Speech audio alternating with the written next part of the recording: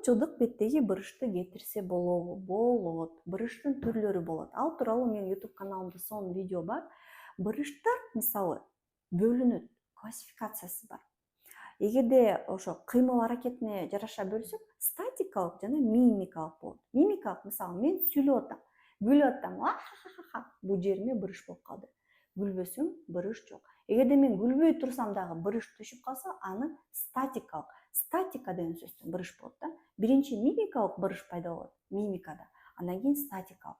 Эгерде биз мимикалык бырышты дарылап баштабасак, жакшы кремдерди колдонуп баштабасак, мисалы биздин кремдерди, иштей турган активдүү кремдерди, ботулотоксин жасап, ошо бырышты тартуу күчүн азайтпасак, пилингтерди жасабасак, мимикалык бырыш статикалык бырышка өтүп кетет.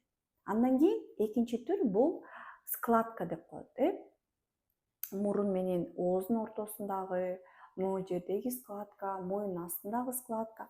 Алар болсо биздин эттер ылдый качкан үчүн, май азайган үчүн пайда болот. Тери чоюлган үчүн пайда болот. Ага эмне жардам берет? Албетте косметика, анткени сыртынан тери чымыр болуп, тартылчак болуп, чоюлчак болуп, ошонун баарын кармап турса жакшы болот. А териге косметика таасир этет жана пластикалык хирургия. Эң биринчи көздүн тегерегине түшөт бырыштар. Ошол себептен биринчи ботулотоксин аркылуу биздин көздүн тегерегине арналган кремди сүйкөгүлө, эгерде могу жерде бырыш болсо, эки кабактын ортосунда, анда ботулотоксин аткыла жана кремди сүйкөгүлө. Эгерде бырыш бул жерлерде болсо, анда косметологко кайрылып, пластикалык хирургияга кайрылгыла.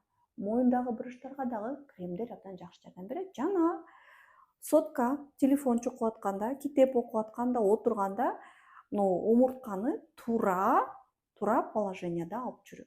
Мынтип алсаңар, анда могу жердеги булчуңдар начарлап, бул жердеги булчуңдар астыга тартып кетет дагы, бул жерде бырыш пайда болот. Ошон үчүн дагы булчуңдарды бекемдешибиз керек дайыма.